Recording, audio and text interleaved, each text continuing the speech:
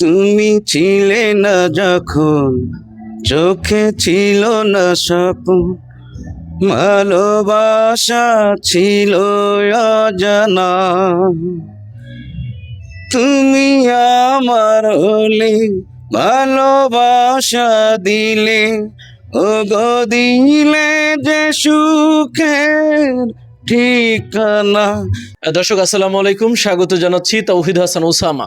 দর্শক, আমি এই মুহূর্তে অবস্থান করছি যশোরের অভয়নগর উপজেলার চলিশিয়া ইউনিয়নের কণা ইকো পার্কে। আপনারা জানেন কণা ইকো পার্কের ভেতরে বাংলাদেশ জাতীয়তাবাদী সাংস্কৃতিক সংস্থার উদ্যোগে 3 দিন ব্যাপী বৈশাখী মেলার আজ দ্বিতীয় দিন। আজকে এখানে শিল্পী হিসেবে এসেছেন সামাজিক যোগাযোগ মাধ্যমে অত্যন্ত পরিচিত এবং জনপ্রিয় কণ্ঠশিল্পী এন্ড্রু মনির, যিনি ইতোমধ্যে আমাদের মাঝে এসে পৌঁছেছেন। আমরা একটু কথা বলবো তার সাথে। কেমন আছেন? তার আগে আলহামদুলিল্লাহ ভালো আছি। আর এসেই বিশেষ করে এই যে মামাদের দেখে আরো অনেক আনন্দ লাগছে আর কি। মানে বেশি ভালো আছেন আর কি।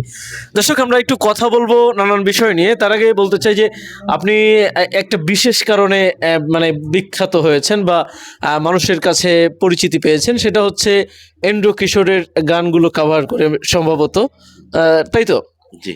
আচ্ছা, এই যে গান চর্চা বা এন্ড্রু কিশোরের মতো করে গাওয়ার যে চেষ্টা, এটা কখন থেকে শুরু করেছিলেন? এটা আমি যখন ক্লাস 3-তে পড়তাম তখনই গানের অনেক শখ ছিল।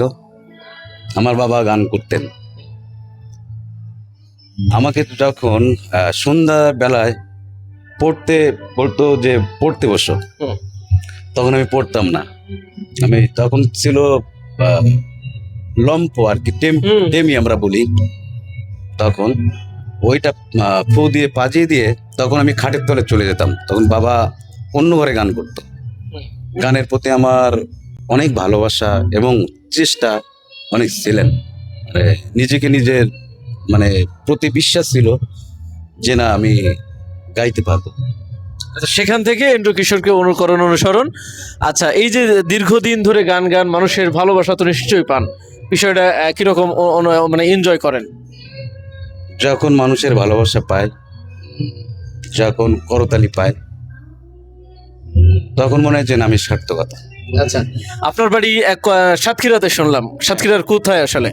আমার বাসা সাতক্ষীরা থানা আশাশুনি, জেলা সাতক্ষীরা, গ্রাম কুল্লা।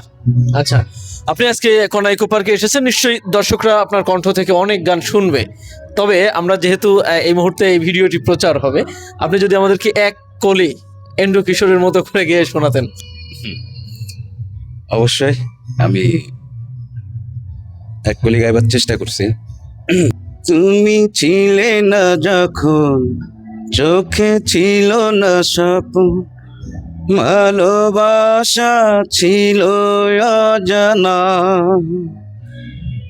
তুমি আমার হলে, ভালোবাসা দিলে, ও গো দিলে যে সুখের ঠিকানা। তুমি ছিলে না যখন, চোখে ছিল না স্বপ্ন, ভালোবাসা ছিল অজানা।